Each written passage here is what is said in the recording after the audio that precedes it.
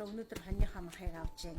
Түрүү нь айргаа авсан. Айргаа аваад энэ зунжангаа бараг айргаа уулаа. Одоо байж хөрөгч нь тасалж игээл угаад идэв. Тэгэл байж сайхан байна. Хүмүүс ч хөхсрөгдөл яриад лсэн. Манай хүү бол ерөнхийдөө тэрийг сонирхоод исэн байлээ. Тэгээд битээ эртээ хэлэхгүй өвгөн битээ эрт нэг ийм төсөл хэрэгжих гэж байгаа юм байна ээж гэд. Тэгэхээр зэрэг яах вэ? Бас залуучуудыг дэмжих талаасаа нэг талаасаа.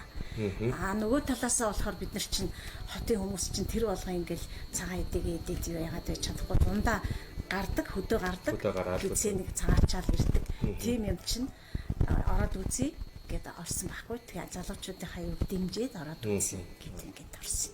Нийт Монголын ард түмний малжуулъя, хөнгөжүүлье. Тэгээ бас цагаан эдэгээр нь ингээд хангаж ер нь Монгол ах үйтэй байлгыг гэсэн юутай юм байна л гэж боддөө шүү дээ. Би одоо энийг ирээдүйд бол ер нь энэ янзаараа ингээ хүмүүсийн итгэлийг сайхан даасан энэ янзаараа тэгээд цаашаа явах юм бол нэлээд сайхан төсөл болж хэрэгжих байх гэж бодож шүү дээ.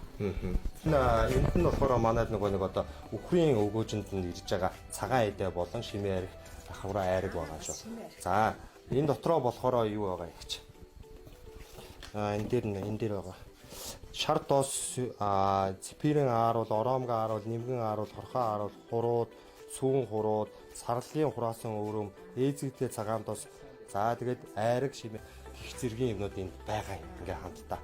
За хоньны махыг нь болохоор сайхан яг удамчлал аргаар ер нь бол ивдээд за дээрээс нь гиз дотрыг нь цэвэрлээд цусыг нь цуцгаад амтлаад шууд чанахад бэлэн болгоод ирсэн байгаа гэсэн.